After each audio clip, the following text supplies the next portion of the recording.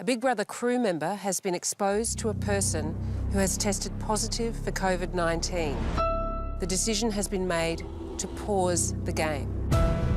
While they've been cut off from the world outside has changed. Guys, there's something going on. No cameras out the back. None of the cameras are following anywhere. Hello? Housemates, to the diary room. The Big Brother house will be placed in lockdown, and the game will be suspended. Oh my God. However, the rigged cameras in the house will still be able to record. Is anyone operating this? If you're anything like me, you're pretty obsessed with Big Brother because it's like a human zoo prison where people live in your walls and you have to melt ice with your bare hands if you want to eat anything other than porridge for the week. When Big Brother Australia announced they were going to pause the game due to COVID-19, your first thought was, what if they never came back? The housemates would be stuck with no food, no entertainment, and no access to the outside world. So let me, the expert, answer that question for you using a very lifelike simulation program known as The Sims. The number one rule of Big Brother is that there is no contact with the outside world. This includes the internet, newspapers, phone calls, and conversations with anyone outside of the house except for Big Brother. So there will be no door leading housemates to the freedom of outside. There's also no TV, radio, computer, phones, or books inside the house. To win food other than basic rations, housemates have to win challenges, which obviously won't be happening when the house is abandoned. So I'll be leaving my Sims with $400 spending money, and once that's out, so too will be the food. And finally, I won't be helping the housemates at all to meet their needs or address any problems. They're on their own. For science. The only thing I'll be doing is turning the lights off each night and on each morning because I'm assuming this is automatic in the house. Alright, let's go.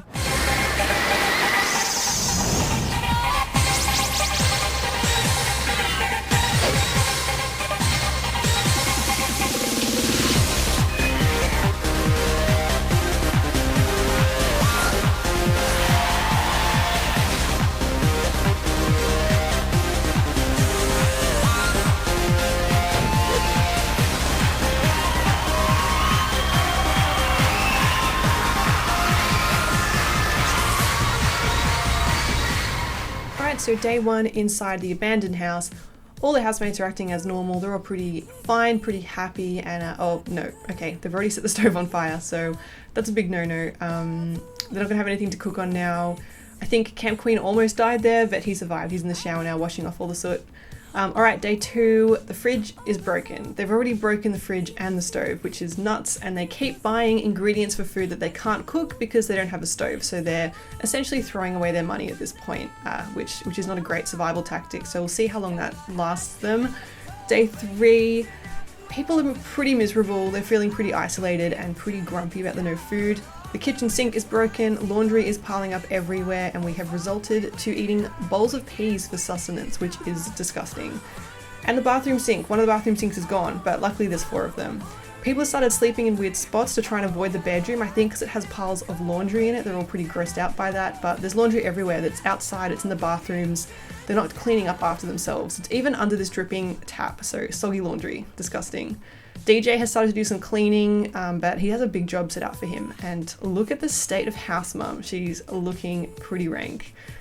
Alright, so the kitchen sink, fridge, stove, all broken. People are still buying ingredients that they can't cook with, and they're essentially starving themselves out.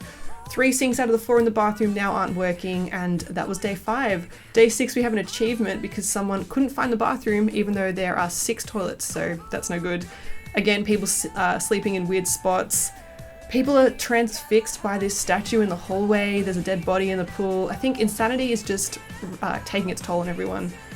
There's no one to pay those bills either because the house has been abandoned, so it looks like we're going to lose our electricity, and all 4 sinks now are broken, so there's no working sinks in the house, and that means that the Sims can't do their dishes, so that's yet another thing that's going to start piling up. So now the power is out, look at all those dishes, look at the state of the house, it's getting pretty disgusting, not many people are cleaning. House mum is entertaining herself by watching people in the shower, which is interesting. And oh my gosh, so yeah, just dirty dishes everywhere. People are really miserable. There's just dirty food, Dirty dishes, dirty laundry everywhere, and it looks like the water's going to get shut off now too, because of course we didn't pay our bills. Again, people sleeping in weird spots, they're trying to get out of that bedroom, and house mum being an absolute creep yet again, until she decides to sleep in the bathroom surrounded by wet puddles. And again, that statue, people losing their minds, finding entertainment in whatever they can. Day 9, we're down to $0. We've finally spent all of our money. There's no food left in the house. People are looking very, very gross. They can't shower, there's no water. Look at all of that laundry, and this is the peak of insanity here. Watch this. Yep, true insanity. Alright, someone's freezing themselves to death, but they're just in the pool in the cold, so I would say pretty suicidal at this point. And Cam Queen falling asleep in the hallway rather than making their way to a bed. House mum's gone insane. She's going to throw about 1,000 water balloons there. Look at the list going up and up on the left hand side. Dirty dishes, there's almost nowhere left to put them. They're making their way onto the floor. It's bad. It's a really bad place to be right now. And we have our first death. We have a first death. So Trendsetter's the first to go, of starvation, followed very closely by the fitness freak. They all start dropping off really quickly now. There's Camp Queen, there's House Mum. They're all starving, which is not really a surprise. Basic is next to go, and then immediately after, Game Boy wakes up and starves to death right in front of them. They didn't even get a chance to grieve. Poor Basic. So the two of them left. We've got DJ and we've got the Weird One. They're pretty happy about it too, although Weird One there is talking to the dead Trendsetter ghost in her sleep somehow. DJ decided to clean up, which is nice, finally, but he doesn't get to live that through for very long. There he goes.